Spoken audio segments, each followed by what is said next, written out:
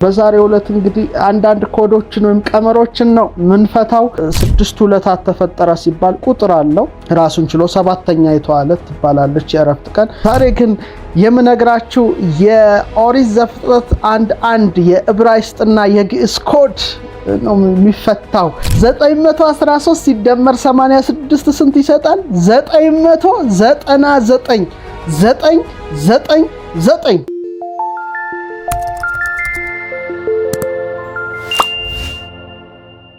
በዛሬው ዕለት እንግዲህ አንዳንድ ኮዶችን ወይም ቀመሮችን ነው ምንፈታው። እንግዲህ ቀመር ሲፈታ ሲተነተን ኮዱ ሲወጣ ደግሞ የሚገራርም ነገር ይታያል። ዓለማችን በምስጢር የተመላሽ ናት። ሁሉም ነገር ቁጥር ነው፣ የቁጥር ጉዳይ ነው እና ቁጥሮች ሁሉም ቦታ አሉ ይገኛሉ። ዓለምም በቀመር በስድስት ዕለታት ተፈጠረ ሲባል ቁጥር አለው ራሱን ችሎ ሰባተኛ ዕለት ትባላለች የዕረፍት ቀን። ለማንኛውም ይሄ ሁሉ አለ። ዛሬ ግን የምነግራችሁ የኦሪት ዘፍጥረት 1:1 የዕብራይስጥና የግዕዝ ኮድ ነው የሚፈታው። እሱንም ስንፈታ ኢትዮጵያንም አብረን ምንፈታው ይሆናል። እንግዲህ የዘፍጥረት 1:1 ኮድን ነው የምነግራችሁ በዛሬው መርሃ ግብራችን። እንግዲህ ኦሪት ዘፍጥረት ምዕራፍ 1:1 የቅዱስ መጽሐፍ መነሻ ክፍል ናት። በቀዳሚ ገብረ እግዚአብሔር ሰማየ ወምድረ፣ በመጀመሪያ እግዚአብሔር ሰማይና ምድርን ፈጠረ የሚለውን ኃይለ ቃል መነሻ አድርገን በዛ ውስጥ ያሉትን ምስጢራዊ ቀመሮች ሰማይና ምድር የተሰናሰለባቸው አስገራሚ ቀመሮችን ነው ምነግራችሁ። እንግዲህ በዕብራይስጡ ያለውንም ቃል ነው ምነግራችሁ። በረሺት ባራ ኤሎሂም ሐሻማይም v'et ha'arez ይላል የዕብራይስጡ ቃል። በአማርኛው በመጀመሪያ እግዚአብሔር ሰማይና ምድርን ፈጠረ፣ በግዕዙ በቀዳሚ ገብረ እግዚአብሔር ሰማየ ወምድረ፣ መጀመሪያ እግዚአብሔር ሰማይና ምድርን ፈጠረ። የነዚህ ኮዶች በጣም ተሰርተዋል። እኛ እንግዲህ የጥንት አባቶቻችን ፊደል ላይ ተራቀቁ፣ ቁጥር ላይ ተራቀቁ፣ ብራና ላይ ጽፈው አለፉ። አሁን ያለን ግን በእውቀት ሳይሆን በነገር እየተራቀቅን በመሆናችን አልታደልንም ለዚህ ምርምር። የሌሎቹ ተመራማሪዎች ግን ቀንና ሌሊት እረፍት የላቸውም። ቅዱሳት መጻሕፍታቸውን ያጠናሉ፣ ይመረምራሉ። ልክ እንደ አባቶቻችን ዘመን አሁንም እረፍት የለውም ሌላው ዓለም። እኛ ግን ባል ያለውንም መጠበቅ አቅቶን እየተንገዳገድን ነው። ነገ ግን እንደዚህ መቀጠል የለበትም። ምርጥ ትውልዶች መነሳት ይህን ጥበብ ማስቀጠል እንዳለባቸው አሁን እዚህ ላይ ሆኜ ወደፊት ለሚነሱትም ቢሆን ምክሬን አቀርባለሁ። ለማንኛውም ግን እስቲ ስለ አንዳንድ ቀመሮች አንድሮሜዳ ላይ የጻፍኩትን ልነግራችሁ ፈልጋለሁ። እንግዲህ ቀደምት ኢትዮጵያውያን ፊደላትን ቁጥር ወካይ አድርገዋል። በተለይ አስረሴኔሰ ሁሉንም ከሀ እስከ ፐ ያለውን ቀመሩን ሙሉ በሙሉ የጥንቱን ትምህርት አስፍረዋል። ለምሳሌ የመጀመሪያዋ ፊደል ሀ አንድ ቁጥርን ወካይ ናት። አንድሮሜዳ ካላችሁ ማየት ትችላላችሁ። ለ 2 ሐመሮሃ 3 መ 4 ሰ 5 ረ 6 ሰ እሳቱ ሰ ማለት ነው 7 ቀ 8 በ 9 ተ 10። አሁን ኢትዮጵያውያኑ 10 ካሉ በኋላ ግሪኮቹም የዕብራይስጦቹም 20 30 40 እያሉ ነው የሚሄዱት። ከዛ 100 200 እያሉ ነው። ልክ ተመሳሳይ ነው አቀማመሩ። በ9 ተ10 ሀ ብዙሃኑ ሀ ማለት ነው 20 ነ 30 አ 40 ከ 50 ወ 60 አ 70 ዘ 80 የ 90 ደ 100 ገ 200 ጠ 300 ጠ 400 ጸ 500 ፀሐዩ ፀ ደግሞ 600 ፐ 700 ፐ 800። ይሄ እንግዲህ የኢትዮጵያ የፊደል ማንኛውንም ነገር በፊደል ውስጥ ተንተርሰው የሚፈቱ ፍቺዎች ሁሉ በእነዚህ ቀመር ውስጥ የሚሽከረከሩ ናቸው። በተመሳሳይ መልኩ እስራኤሎቹም በዕብራይስጥ ፊደላቸው በተለይ 22ቱን ስነ ፍጥረት የሚወክሉ ፊደላት አሏቸው። የኛ ፊደላት ኢኩኖክስን ይወክላል። ወደ ታች 26 ወደ ጎን 7 182 ነው። ልክ በ182 ቀን አንዴ ቀንና ሌሊቱ እኩል ይሆናል። ቀኑ 12 ሌሊቱ 12 ፀሐይ የምድር ወገብ ላይ የምትሆንበት ነው። ሪና መዓልት ወሪና ሌሊት ዘመፀው የቀንና የሌሊት እኩል መፀው ላይ መስከረም ላይ ሪና ሌሊት ወሪና መዓልት ዘጸደይ አንዱ መጋቢት ላይ የሚሆን ነው። ልክ በ182 ቀን አንዴ ቀኑ 12 ሌሊቱ 12 ይሆናል። ይሄ ነው የሚወክለው የብርሃን ቀመርን ነው የኢትዮጵያው ፊደል። የዕብራይስጡ ደግሞ 22ቱን ፍጥረታት የሚወክል ነው። እንግዲህ ዕብራይስጥ መጀመሪያ ዲግሪን ስሰራ ቋንቋውን ተምሬው ነበረ ግሪክ ጋር ጨምሮ በተለይ ቴዎሎጂ ያለው። አሁን ግን ቋንቋው ጠፍቶብኛል። ያኔ ግን ጥሩ ነበረ አእምሮ የማቀባበሉ። ቋንቋ በመሰረታዊ ነገሩ በመነጋገር አብሮ በመዋል የሚዳብር ነው። ሲረሳ ይረሳል። ግን ፊደላቱ እስካሁን አልጠፉኝም። በተለይ የመጀመሪያው አንድ ቁጥር የሚወክለው አሌፍ ነው። ሁለተኛው ቤት፣ ሁለተኛ ጋሜል፣ 3 ዳሌት፣ 4 ሄ፣ 5 ዋው ይላለኛ ግን በእነሱ ቫ ይላል፣ 6 ዛይን፣ 7 ሄት፣ 8 ጤት፣ 9 ዮድ 10 ዮድ የውጣ የምትባለው ነገር እዚህ ላይ ትመጣለች። በተለይ ግሪኩ ላይ በዕብራይስጡ ዮድ 10ኛ ተወክላለች። አዮታ ወይም የውጣ ደግሞ ግሪኩን ተወክላለች። የውጣ ማለት አንዲት ጭረት ናት። ዮድም እንደ ጭረት አይነት ናት። ካፍ 20 ላሜድ 30 ሜም 40 ኑን ወይም ኖን ይላል የግዕዙ 50 ሳምኬት 60 አይን 70 ፌ 80 ጻዴ 90 ቆፍ 100 ሬሽ ይሉታል እኛ ሬስ እንላለን 200 ሳን ታው ሳን 300 ታው 400 ይሄ እንግዲህ አንድሮሜዳ ላይ የቀመረ ፊደሉን መመልከት ትችላላችሁ። ምናልባት ሰልፊ አርጌ እየቀረስኩት ስለሆነ ተገላብጦ ነው የሚታያችሁ። ለማንኛውም የሂብሪው ነምበር ቫልዩስ እነዚህ ናቸው። እስከ 400 ይሄዳሉ ማለት ነው። እያንዳንዱ ፊደል ቀመር አለው። የግዕዙ ደግሞ እስከ ፐ ድረስ 800 ቀመር አለው። የግሪኩ ደግሞ እስከ 900 ድረስ አንድ ይጨምራል ማለት ነው። አልፋ 1 ቤታ 2 ጋማ 3 ዴልታ 4 ኤፕሲሎን 5 ቫው ዜታ ኢታ ቴታ ዮድ አዮታ ካፓ ላምዳ ሚ ኒ ክሲዮ ሚክሮ ፓይሮ እያለ ይቀጥላል። ሲግማ እያለ ከአልፋ ከአንድ ጀምሮ ቤታ 2 ጋማ 3 ዴልታ 4 ኤፕሲሎን 5 እያንዳንዱ ልክ እንደኛ ቁጥር አለው። አዲስ ኪዳን አሁን ግሪክን በጽር ስለተጻፈ ኮዱን ለመፍታት የነዚህን ቁጥሮች ምስጢር በደንብ አድርጎ የሚያውቅ በሳል ተመራማሪ ነው ቁልፎቹን መፍታት የሚችለው። ምስጢሩን መረዳት በተለይ ሪቨሌሽንን ዮሐንስ ራእይን ለሚያጠና ሰው እነዚህን ቀመር ቢያቅ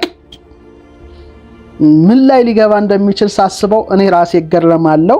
በተለይ ደግሞ ኦልድ ቴስታመንትን ብሉይ ኪዳን ለሚያጠና ተመራማሪ የዕብራይስጥ በሂብሪው እንደተጻፈ በአረማይክ እንደተጻፈ ኮዱን ቢያቀው ቀመሩን ቢያቀው የፊደላቱን ወካይ ቁጥር ቢያቀው ምን አይነት ምስጢር ውስጥ ሊገባ እንደሚችል ሳስብ አሁንም እገረማለሁ።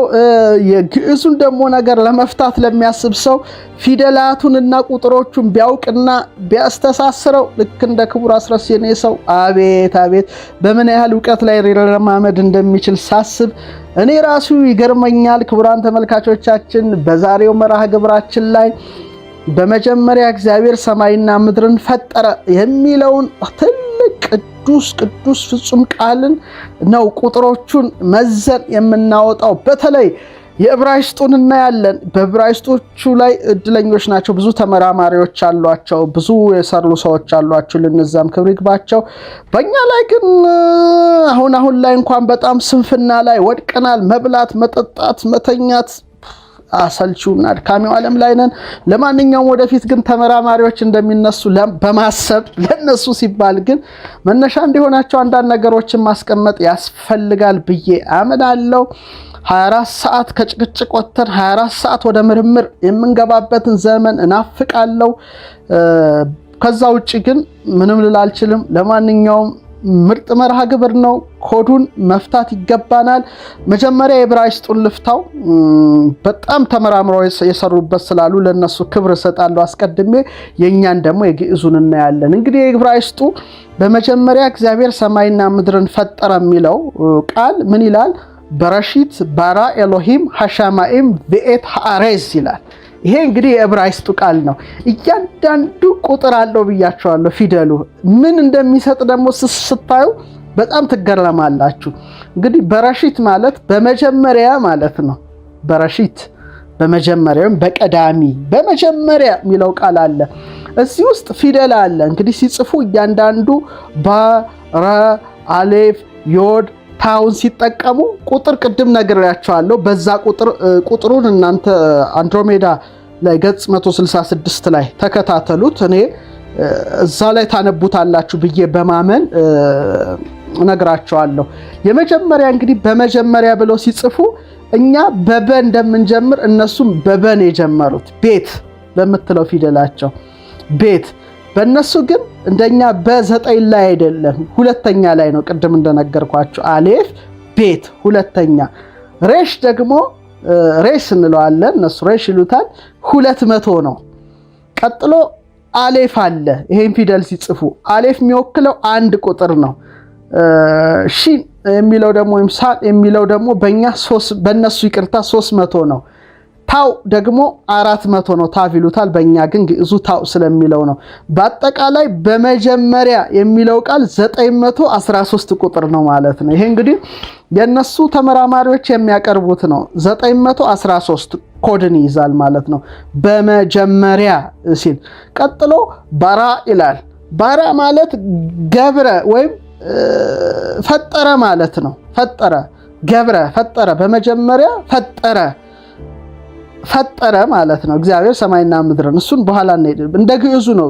መጀመሪያ ግዕዙ በመጀመሪያ ይላል። ቀጥሎ ገብረ በቀዳሚ ገብረ ነው የሚለው። አማርኛው ደግሞ እንደዚህ ከረብተዋል። ስለዚህ ሰራ ማለት ነው።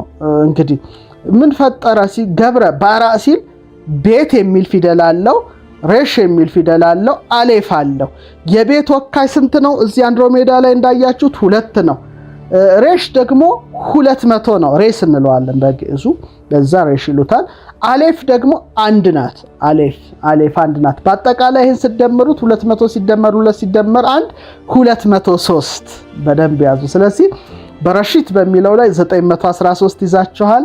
ባራአ በሚለው ላይ ስንት ይዛችኋል ማለት ነው? 203 ቁጥር ይዛችኋል። ቀጥሎ እግዚአብሔር የሚለውን ኤሎሂም ይሉታል። ኤሎሂምን ለመጻፍ ኤሎሂም አሌፍ አንድ ቁጥር አሌፍ 1። ቀጥለው ላሜድ ነው። ላሜድ ደግሞ ቅድም እንደነገርኳቸው የዕብራይስጡ ቁጥር 30ን ይወክላል። ሄ ደግሞ 5ን ይወክላል። ዮድ አለች። ዮድ በመሃል ስለምትገባ ዮድ 10 ናት፣ የምታውቋት ናት። ሜም ደግሞ 40። በአጠቃላይ ስንት ይሆናል ማለት ነው? 1 ሲደመር 30 ሲደመር 5 ሲደመር 10 ሲደመር 40 86 ይሆናል። እሺ ቀጥሎ ያለውን ደግሞ እንፍታ። ኤት መጀመሪያ እግዚአብሔር ሰማይና ምድርን ፈጠረ ለማለት ኤት አያያዟ። ኤት ያው አሌፍ 1 ነው። ታው ደግሞ 400 ነው። በአጠቃላይ ስንት ሆነ ማለት ነው? 400 ሲደመር 1 401። በጣም ምርጦች። ሰማይንና ሲል በእነሱ ሐሸማይም ይሉታል። ሐሸማይም ሰማያት ሁሉንም ማለት ነው። 7ቱን ሰማያት፣ 2ቱን ሰማያት፣ ሌሎችንም አጠቃላይ ኮስሞስን ይጠቀልላል። ሐሸማይምም ደግሞ በእነሱ ኮድ እንፍታው። ሄ 5 ናት። ሲን በእኛሽ እነሱ ሽን ይሉታል። ሳን የሚለው ማለት ነው 300ን ይወክላል። ሜም 40ን ይወክላል። ዮድ 10ን ይወክላል። ሜም ደግሞ 40ን ይወክላል። በአጠቃላይን ስደምረው 395 ይሆናል። በደንብ አስተውሉ። በኋላ ድምሩ ነው የሚያስገርማችሁ። ቪኤት እና ለማለት ነው። ሰማይን እና እሱ ደግሞ ዋው ወይም በእነሱ ቫቭ የሚሉት ነው። 6 ቁጥር ናት። አሌፍ ቤት ጊሜል ዳሌጥ ይሄ ዋው 6ኛ ላይ ናት። አሌፍ ያው 1ኛ ነው። ስለዚህ ታው እንደምታውቁት 400 ነው በእነሱ ቀመረ ፊደል። በአጠቃላይ ስንት ነው ማለት ነው? 407። በደንብ ያዙት። በጣም መልካም። ሐሬዝ ምድርን ፈጠረ የመጨረሻው ነው። ሄ 5 ቁጥር ናት። አሌፍ 1 ቁጥር ናት። ሬሽ ወይም ሬስ የምንለው እኛ 200 ነው። ጻዴ 90። በአጠቃላይ 200 ስንት 96። ሁሉንም ስደምሩት 2701 ይመጣል ማለት ነው። 913 በረሺት ባራ 203 ኤሎሂም 86 ኤት 401 ሐሻማይም 395 ቪኤት 407 ሃአሬስ ወይም ምድርን የሚለው ዕብራይስጡ ቃል 296 በአጠቃላይ 2701 ይመጣል። ተግባብተናል። አሁን ምነግራችሁ ግን በጣም የተለየ ነው። በጣም ጥናቱን ለሚመረምሩ አጥኞች ክብር ይግባቸው። ይሄ አይምሮ ብሩህ ሲሆን የሚመጣ መገለጽ ይመስለኛል። እንደዚህ አይነት ዕውቀቶች በጣም ክፍት አይምሮ ይፈልጋሉ። ከጥላቻ መጽዳት ይፈልጋል። ጥበብ ማረፊያዋ ቆሻሻ ስፍራ አይደለም። ጥበብ በጥላቻ፣ በምቀኝነት፣ በክፋት በታጀረ አይምሮ ላይ ፈጽማ ልታድር አትችልም። ንጹህ ነገር ነው የምትፈልገው። ስለዚህ ሁል ጊዜ እነዚህ ዕውቀቶችን በጣም ንጹህ ሕሊና ያስፈልጋችሁ ይችላል። ስለዚህ ከቅናት፣ ከክፉ ቅናት፣ ከሐሜት የተለያችሁ እንድትሆኑ ሁል ጊዜ እመክራችኋለሁ። ዮሐንስ አፈወርቅ የተባለ ሊቅ ምን ይላል? አንተ እንዴት በሰው ላይ ክፉ ትቀናለህ? አንተ ቅናተኛ ከሆንክ ይላል ጥበብ አታድርብህ። ምክንያቱም ከአጋንንት የከፋነ ምክንያቱም አንዱ ጋኔን ላይ ቀናም ይላል እና ያን ቀናና ይሄ ሁሉ በፍጹም መወገድ አለበት። ስለዚህ አሁን ይሄን ለመረዳት እንግዲህ 2701 ናችሁ ብያለሁ። አሁን እያንዳንዱን ድምሩ ነው የሚገርማችሁ። የኛን ደግሞ ስነግራችሁ የበለጠ ትገረማላችሁ። አሁን በመጀመሪያ እግዚአብሔር የሚለውን ቃል ነው የምናየው። በረሺት ኤሎሂም ልብ አድርጉ። እንግዲህ እያንዳንዱ ቃል በረሺት ቅድም ስንት ነው ብያቸዋለሁ? 913 ኤሎሂምስ ፍጠኑ 86 913 ሲደመር 86 ስንት ይሰጣል? 999 የኛም በመጀመሪያ ሲል ሀ1 ለ2 ሐመራዋ 3 ማ4 ሰ5 ረ6 ሰ7 ቆይ ሀ1 ለ2 ሐመራዋ 3 ማ4 ረ5 አይደለም ሰ5 ረ6 ሰ7 ሻ የለም ብያቸዋለሁ በግዕዝ ፊደል ላይ ቀ8 በ9 ናተኛ መነሻዋ። እዚህ ጋር በረሺት ኤሎሂም በመጀመሪያ እግዚአብሔር የሚለውን ስታሰሉት በረሺት ቅድም አስልተነዋል 913 ነው። ኤሎሂም 86 ነው። ሲደመሩ 999 ይሰጣሉ። አሁን ደግሞ ምነግራችሁ ገብረ ኤት የሚለው ወይም ባራህ ኤት የሚለውን ነው ምፈታላችሁ። ፈጠረ ምንን የሚለው እንግዲህ ባራህ ስታዩ ስንት ነው? 203 ነበር አይደለ? ቅድም ባያችሁት ባራ ሚላል 203። ኤት ደግሞ አሌፍና ታው ቅድም ያየነው ነው 401። ስለዚህ 203 ሲደመር 401 ሐሻማይም ደግሞ ስንት ነው? ሰማይን ፈጠረ አይደለ? 395 እነሱን ስታሰሉ አሁንም 999 ይሰጣል። ይሄ በጣም የሚገርም ነው።